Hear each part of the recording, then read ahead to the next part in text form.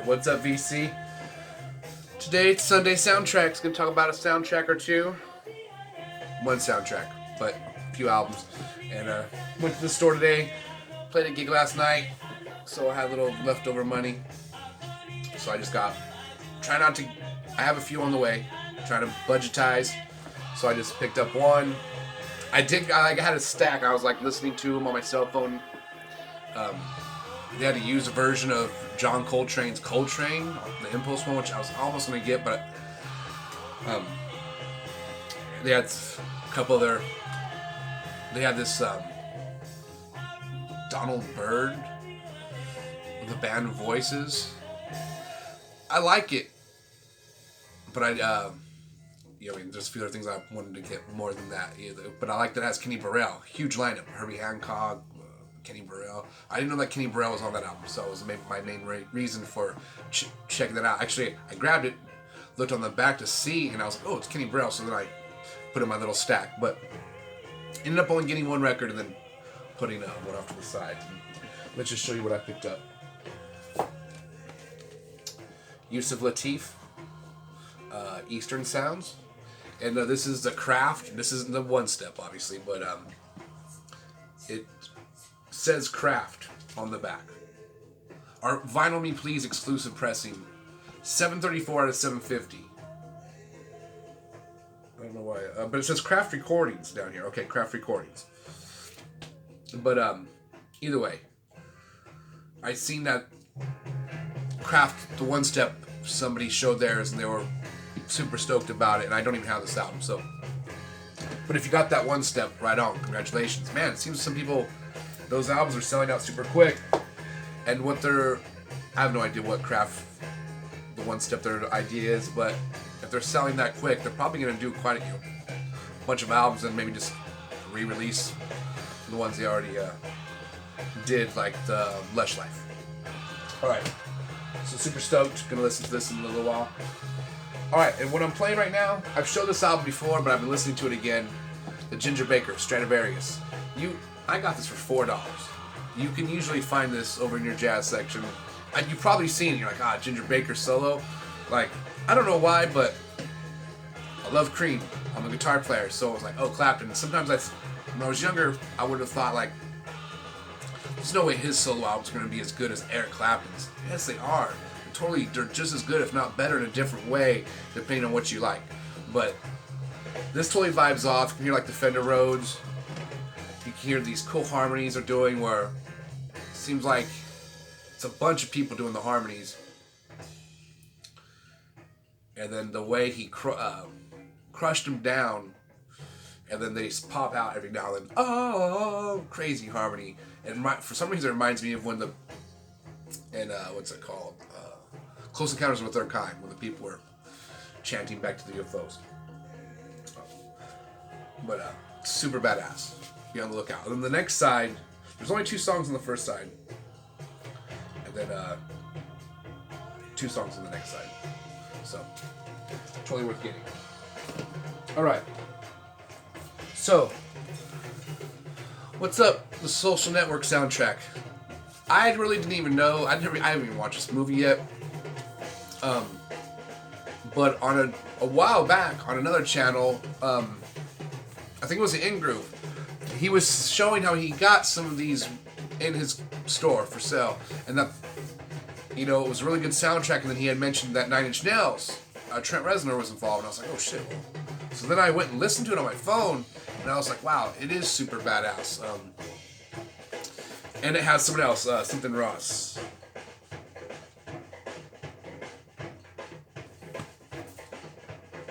Trent Reznor and Atticus Ross. So, they reissued it. It was a little, because it's double vinyl. It's a 3-way, which I hate these 3-way. It's not a 3 vinyl, but a double vinyl in the 3-way gatefold. But this is a super good soundtrack. Totally got the Nine Inch Nails vibe. It's like instrumental Nine Inch Nails, but not as heavy. It's like old. I don't know, because I don't listen to too much Nine Inch Nails because of the Downward Spiral. But that era of Nine Inch Nails, this has that vibe. And the Atticus Ross guy is really unique too. Has definitely a unique style, because what ended up happening, some time ago I got this album. few months back, maybe 4 months ago, I got Mogwai. Now, this is one of those blind buys where I seen it on the record store I normally go to. They showed it on Facebook, and I've never heard of this band.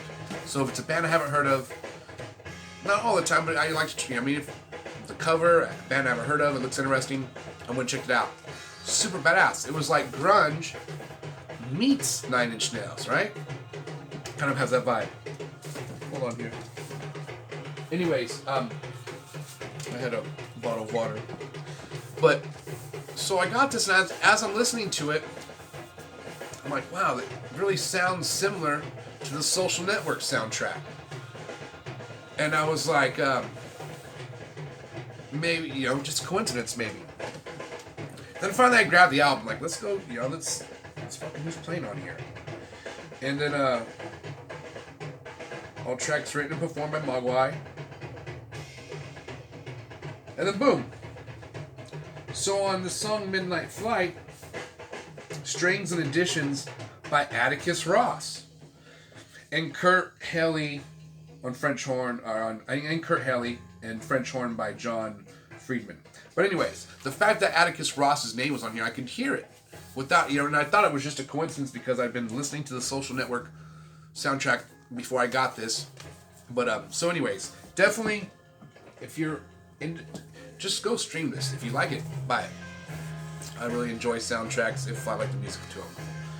And I think, I really want to say, like, movies, I watched a shit ton of movies, especially, I love movies. But when I was a kid, I was like cable guy. I was glued to that fucking TV.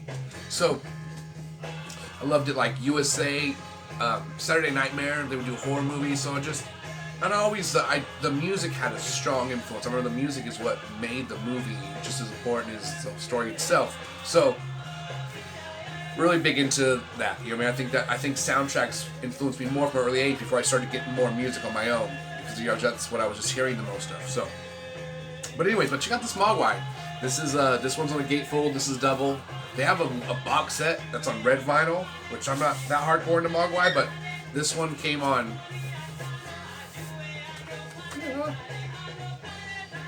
It's like a yellowish, fluorescent yellow, green. Pretty cool though. Really thin type of record, but they were flat, not warped. Edges are really clean. I give these edges definitely in the 7.4 range. So good quality. Came with paper slips, but I think these slips, no, just regular paper slips. You don't have the wax paper on the inside kind of feel. But anyways, that's what I felt like, showing you guys, trying to keep this one under 10 minutes. And hopefully, if you're watching it, it didn't get flagged for playing Ginger Baker. And again, this is Ariwo. It might be pronounced Ariae. I don't know, but it's Ariwo is how I would read it.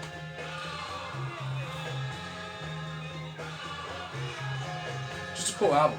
And it came out in 72, so it's pretty damn old.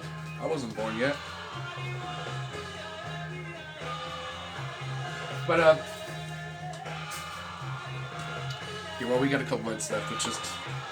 We got a couple minutes left. Let me go grab my water. I have it over here.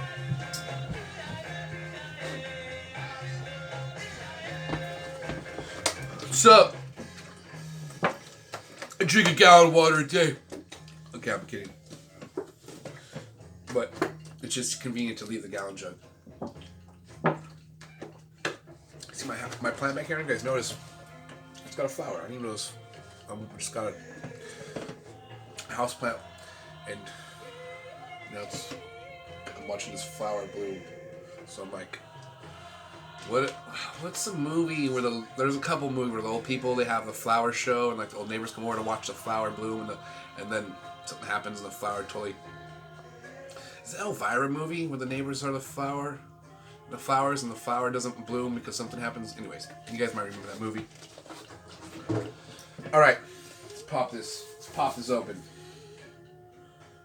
So it says Prestige on here. I'm totally confused. which is Vinyl Me Please, Prestige. So originally I think maybe it came out on Prestige, and then so Vinyl Me Please is reissuing it. That's okay. It took a while for Sherlock to figure that one out, guys. Sorry. But it didn't. Usually for $35 they come in like a fancy, you know what I mean, little fold over. It does say the gold stamp, and this album is badass. So I understand. I put a Kenny Dorham on hold, Una Mas. So that was like what I was on the fence about which one I was gonna put on hold, which one I was gonna buy. So Yusef Lateef won this round. Alright, let's see. Do they at least get a wax paper? Okay. Oh, wow. Alright. Okay. This is, okay. Check this out. I had no idea. Does come in the cool, but does it say it's in colored vinyl? No. Oh! It does. Okay. Clear, blue, and black vinyl. Okay, I was so excited about reading it, I did not even see that. Oh, hell yeah. That is ass. Alright, my last one I got, the Lush Live, the fucking edges were supreme. Alright, whoever is doing this pressing, epic job. Do not speak too soon. Alright, that is sick. I have a different record that has a similar color. I'm trying to think. Oh! Unsolved Mystery soundtrack. Very similar layout. Wow. Okay. I got this mainly for the music, but on the edges on this one, they're going 7 point. This is 7.8. We're almost in the 8 threshold here. Wow. So now I see why, and it's limited to... Okay, what's the deal with the number 750? I like that. 7's one of my favorite numbers, so... And I got 734. Oh, wow, okay, that's double 7. That's 14 in numerology world, technically. Well, not really, actually. Calm down. Yeah, I'm 14. And then, hold on.